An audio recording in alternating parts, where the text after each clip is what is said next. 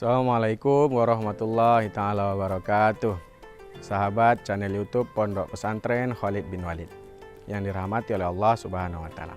Allah berfirman di dalam Al-Qur'annya surat Al-Hud, Allah sampaikan fastaqimu kama umirtu wa man taba ma'aka wa la tadghaw, kata Allah.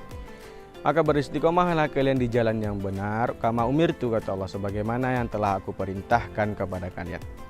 Nah, istiqomah ini merupakan suatu keadaan atau upaya seseorang untuk tetap teguh berada di jalan yang benar.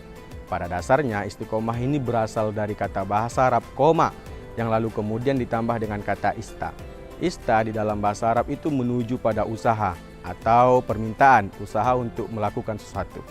Dalam misal yang lain kita sering mendengar itu kata istighfar yang berasal dari kata ghafaro yang lalu kemudian ditambah dengan kata ista.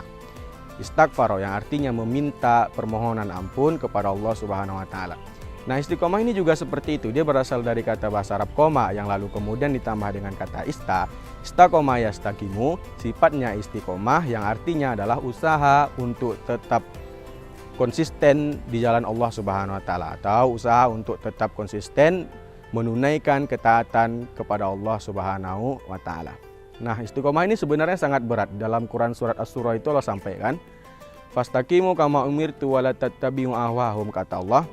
Maka beristiqomahlah kalian di jalan yang benar sebagaimana yang telah aku perintahkan kepada kalian, wala tattabi'u ahwahum, dan jangan mengikuti hawa nafsu kalian.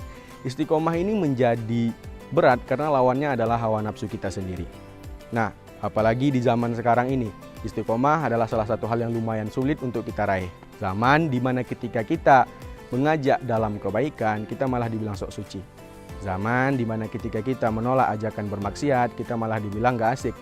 Zaman dimana ketika kita masih berpakaian syariat sesuai syariat Islam, berbusana syar'i, kita malah dianggap aneh atau bahkan tak jarang juga dikucilkan. Padahal orang-orang seperti ini adalah orang-orang yang beruntung. Rasulullah SAW pernah bersabda, Islam itu datang dalam keadaan yang asing, maka dia juga akan kembali dalam keadaan yang asing juga. Kata Rasul, maka beruntunglah bagi orang-orang yang asing ini tadi. Mereka lupa bahwasanya mereka lah yang terlalu terlena dalam kenikmatan dunia. Maka berbanggalah ketika kita masih menjadi segelintiran orang yang masih tetap berusaha taat untuk taat kepada Allah Subhanahu wa taala. Nah, seperti yang saya sampaikan tadi, istiqomah ini adalah salah satu hal yang lumayan berat, lumayan sulit untuk kita raih. Makanya Allah hadirkan Ramadan pada umat Nabi Muhammad.